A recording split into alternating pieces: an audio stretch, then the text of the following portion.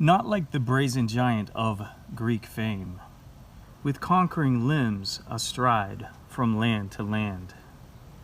Here at our sea-washed sunset gates shall stand a mighty woman with torch whose flame is the imprisoned lightning, and her name, Mother of Exiles. From her beacon hand glows worldwide welcome. Her mild eyes command the air-bridged harbor, the twin cities frame. Keep ancient lands your storied pomp, cries she, with silent lips.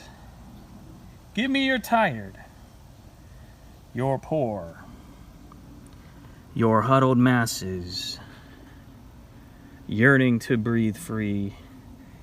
The wretched refuse of your teeming shore. Send these, the homeless, tempest-tossed, to me.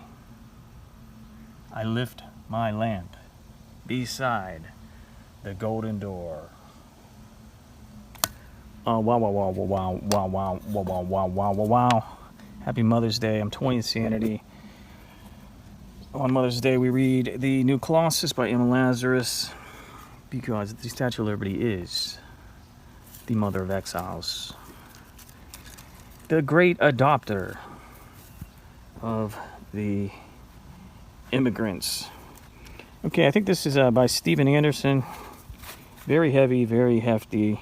H. Steven Anderson, 1986. And this is the Austin figure. We're going to look at these more closely in upcoming videos. This is just a little Mother's Day treat. And then I have the very ancient. This one I need to attempt to restore. And we will definitely look at it again. 1879, 1885.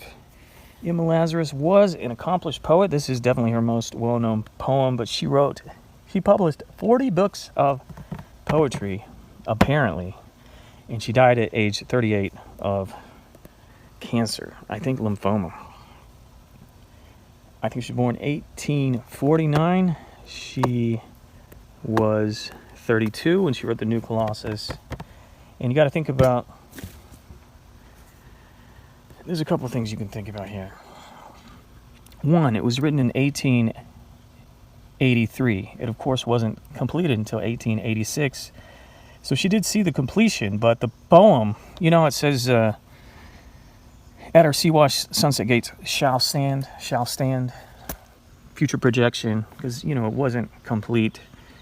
This is not written about a completed statue. It was written about the idea, the concept, put forth from Le Boulaye and Bartholdi, which, the other thing I'd point out, she's the reason the Statue of Liberty became,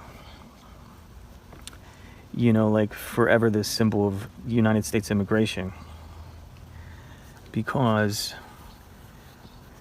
the reason it was built had nothing to do with immigration. They wanted to commemorate 100 years of freedom, the great experiment of democracy in the U.S. So she wrote the poem, Emma Lazarus wrote the poem as part of the fundraising efforts. And then it was largely forgotten until 1903, Liberty Enlightening the World.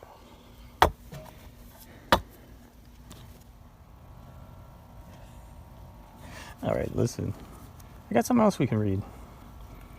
Little trading card. The Gilded Age series by Historic Autographs, 2023. Emma Lazarus, 1849 to 1847. Well, that doesn't make sense.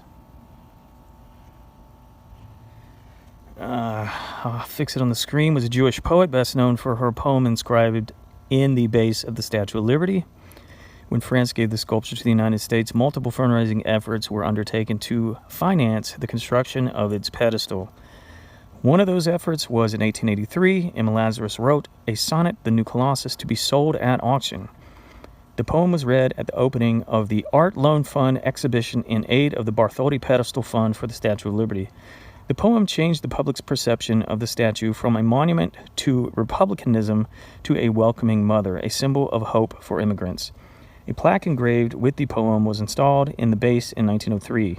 Irving Berlin used the final stanza of the sonnet as the basis for a song in the Broadway musical Miss Liberty. Yeah, I went over Miss Liberty on National, what was it called? Vinyl Record Day. I love that little soundtrack and play. And, Emma Lazarus in her lifetime was an advocate for the immigrants.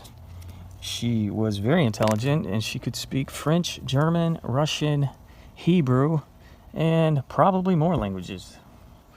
She did die at a young age of 38 and childless.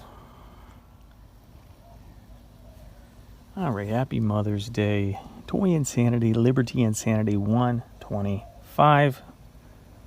Bonus poem, author unknown.